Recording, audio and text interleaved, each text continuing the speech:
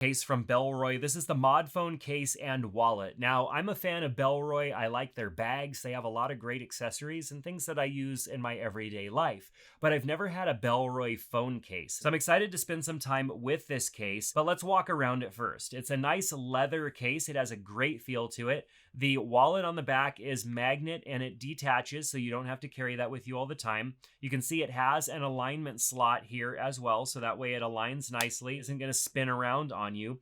Of course, if you're wanting to wireless charge or use MagSafe technologies, you're going to have to remove this from the back. And then let's just go ahead and test it with a MagSafe attachment. That attaches nice and strong. Feel very secure about that.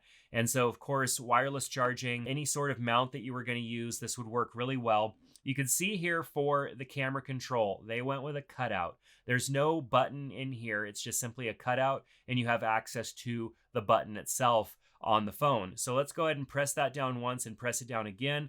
And let's just see how responsive this is, because now without a button there, you have to kind of dig your finger down in there. And so I have to push a bit harder to use the camera control features. I have to push my finger down in there. It's not hard, but I have to push my finger down in there to use the camera control button and swipe back and forth. And that means really being mindful of where my finger placement is. If I'm trying to shoot some photos or some video and I want to zoom in and out, it's not just simply running my finger over the button, because you could see it's not responding at all unless I really kind of push my finger down in there. And then now I'm getting access to that button and it's working. And of course, once the button kind of registers that my finger is there, as long as I maintain that pressure, it's working just fine.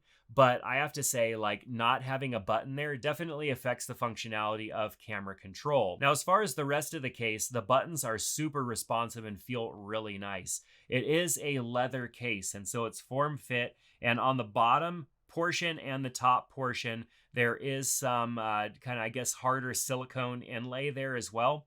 And so there's protection on the corners. And then, of course, down at the bottom where you have your USB and your speakers exposed, plenty of room there to get your charger in place. But what I really think is neat is this MagSafe wallet. It flips out from the side, and so you could fit a couple of cards in there, and this, boom, it attaches just like that. Nice little hinge, very simple design, and then it attaches to the back of your phone. I wouldn't mind having this wallet in my pocket from time to time too. Like, this is not bad. It's very simple, very minimal, which is what I typically go for as far as a wallet.